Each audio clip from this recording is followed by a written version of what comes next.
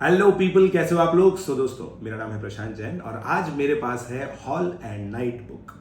ये बुक दोस्तों 100 साल से भी ज्यादा पहले से लिखी हुई है और टाइम इमेमोरियल से इस बुक को यूज किया जाता है आईआईटी जेईई की प्रिपरेशन में। इनफैक्ट एक समय ऐसा था जब शीट्स वगैरह नहीं होती थी ना कोचिंग की, तो ये बुक अलजेब्रा के लिए इसेंशियल बुक मानी जाती थी। तो नेचुरली ये क्वेश्चन आता है कि इस बुक की कितनी लेगेसी है, तो इस बुक में से क्या क्या हमें पढ़ना चाहिए और कब कब पढ़ना चाहिए। अब जमाना बहुत खराब आ गया है, बच्चे 8वीं क्लास से प्रिपरेशन करना स्टार्ट कर देते हैं, तो कुछ बच्चे 8th क्लास में भी एलिमेंट्री अलजेब्रा उठा लेते हैं जो इसकी प्री रिक्विजिट बुक है। तो ये बुक है दोस्तों हायर अलजेब्रा। इस बुक का अब मैं रिव्यू करूंगा और मैं आपको बताऊंगा कि आईआईटी जेईई के जो एस्पिरेंट्स हैं उनको कौन कौन से चैप्टर्स देखने चाहिए। उसके बाद अगर आप आईओक्यूएम के एस्पिरेंट है तो आपको कौन कौन से चैप्टर्स करने चाहिए। एक वर्ड ऑफ कॉशन मैं आप लोगों को देना चाहूंगा। वो वर्ड ऑफ कॉशन ये है कि ये चीज तभी वैलिड है जब आपके टीचर्स भी ये बात मानते हो। अगर आपके कोई भी मेंटर है वो हॉलोनाइट नहीं करवाना चाहते या नहीं करते, तो आप प्लीज हॉलोनाइट को फॉलो मत कीजिए। मेरा मतलब ये है कि सबसे इंपॉर्टेंट गाइडेंस यही होती है कि आप अपने जो मेंटर्स हैं उनके द्वारा बताया हुआ मटेरियल ही कीजिए। तो चलिए अब इस वीडियो को एंड तक देखना और इस चैनल को सब्सक्राइब करना और इस वीडियो को शेयर करने की कोशिश करना, ताकि आपको हॉलोनाइट में से क्या क्या पढ़ना है, कैसे कैसे करना है, वो आपको क्लियर हो सके। तो अब मैं इस बुक को ओपन करता हूं। ये बुक है ना, इसेंशियल जो बुक्स है उसकी सीरीज की एक बुक है। इसेंशियल बुक में जीएन बर्मन आती है, एसएल लोनी आती है, एसएल लोनी की ही कोऑर्डिनेट ज्योमेट्री आती है, ट्रिग्नोमेट्री आती है, काफी सारी बुक्स हैं। तो आज हम लोग अलजेब्रा को कर रहे हैं, इसको पूरा ऑब्जर्व कर रहे हैं। तो सबसे पहले ना एक फंडामेंटल ऑफ अलजेब्रा वाला पार्ट होता है जो आईआईटी के अंदर यूज होता है, जैसे रेशो हो गया, प्रपोर्शन हो गया। तो इसके लिए ना आप chapter number 1 ratio, chapter number 2 proportion ये करना, चैप्टर नंबर 3 वेरिएशन है। वेरिएशन इतना इंपॉर्टेंट नहीं होता है।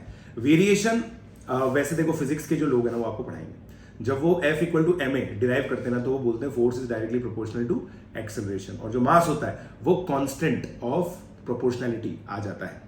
तो वो लोग आपको सिखाएंगे, आपको इतना ज्यादा रिक्वायर्ड नहीं है मैथ्स के लिए। बट रेशो और प्रपोर्शन ये दो चीजें आप लोग को फोकस करनी पड़ेंगी। स्पेशली आप इसके अंदर कंपोनेंडो और डिविडेंडो क्वेश्चंस की प्रैक्टिस कीजिए।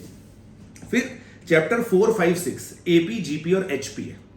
एपी, जीपी और एचपी को अंडरस्टैंड करने के लिए जो बेसिक क्वेश्चन है ना वो बहुत अच्छे हैं इसके अंदर। मतलब एक ही टाइप के बहुत सारे क्वेश्चन।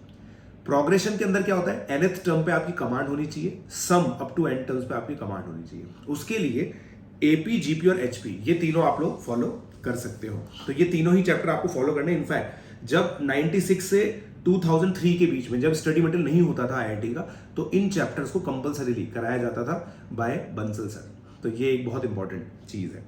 चैप्टर 7 है दोस्तों स्केल्स ऑफ नोटेशन।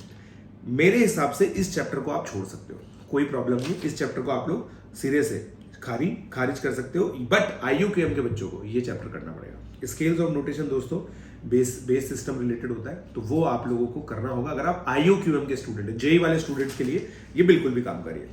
अब मेरे हिसाब से जो चैप्टर नंबर 8 है ना, वो 9th-10th के बच्चों को करना चाहिए। इनफैक्ट आईआईटी की प्रिपरेशन से पहले की प्रिपरेशन है वो surds and imaginary quantity. Irrational number से हम लोगों को बहुत ज्यादा डर लगता है, राइट। तो इर्रेशनल नंबर्स को मास्टर करने का जो सबसे बढ़िया तरीका है ना वो है लॉट ऑफ प्रैक्टिस। तो इसमें काफी अच्छी प्रैक्टिस दे रखी है।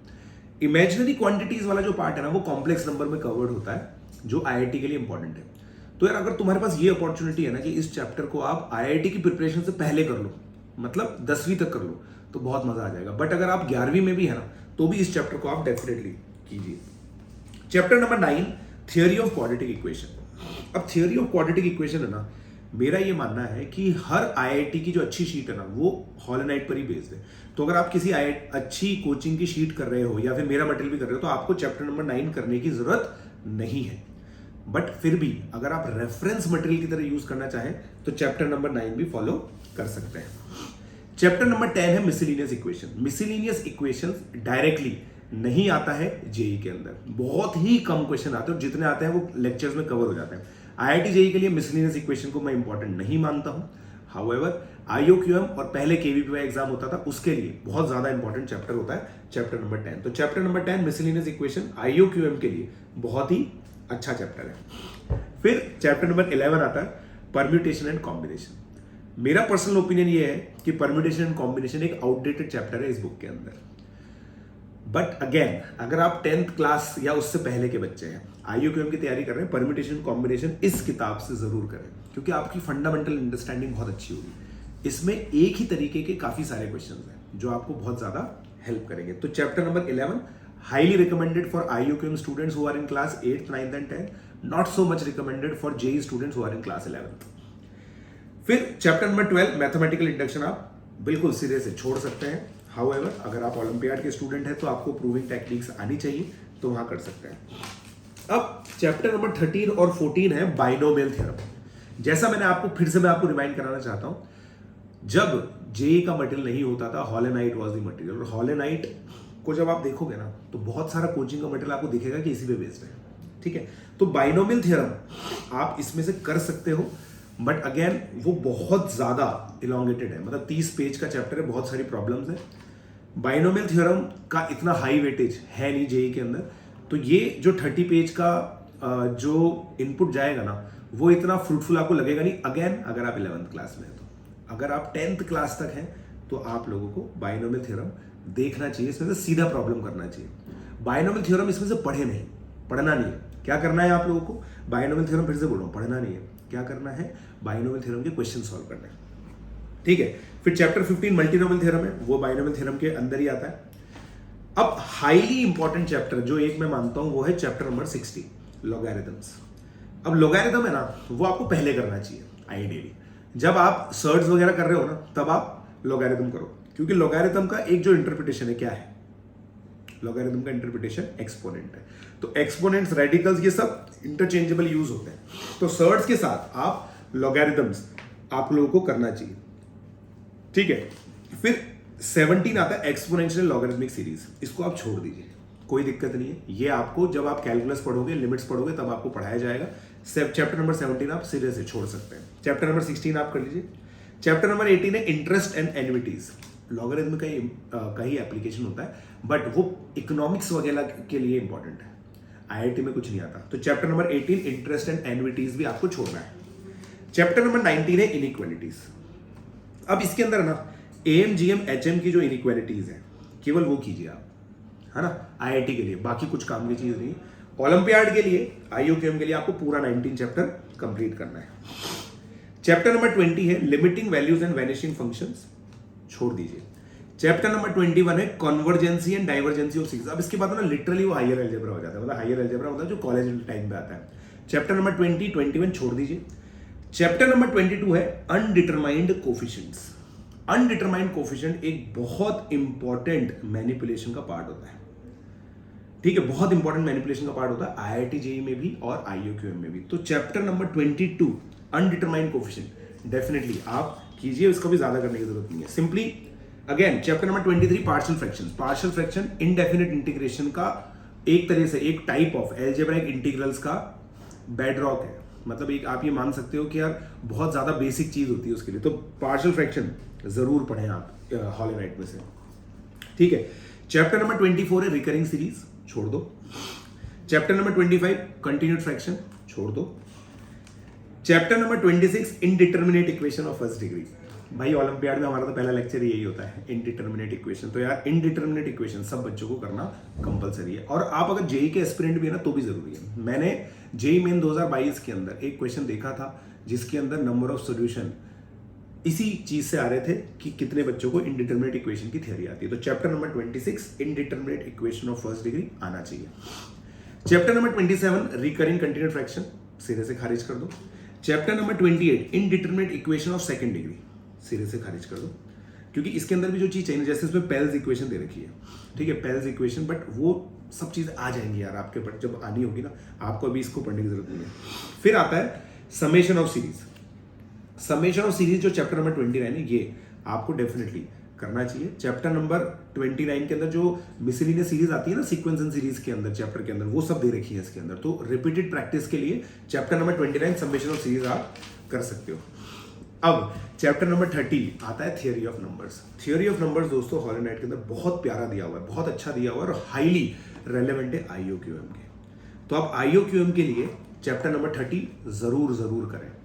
मैं दोस्तों दिल से ये बात मानता हूं कि नंबर्स की अंडरस्टैंडिंग जेई के लिए भी इंपॉर्टेंट है। तो अगर आपके पास टाइम है तो जेई एस्पिरेंट्स भी इसके अंदर जो फॉर्मेट थ्योरम तक आ रहा है, इसके अंदर पेज नंबर 333 जो एडिशन मेरे पास है उसमें पेज नंबर 333 तक है, वहां तक आप लोग डेफिनेटली पढ़ लें इसको। विल्सन थ्योरम, ऑयलर्स थ्योरम, ये सब पढ़ने की जरूरत नहीं है जेई एस्पिरेंट्स को। आईयूक्यूएम एस्पिरेंट्स को ये पूरा चैप्टर पढ़ना चाहिए।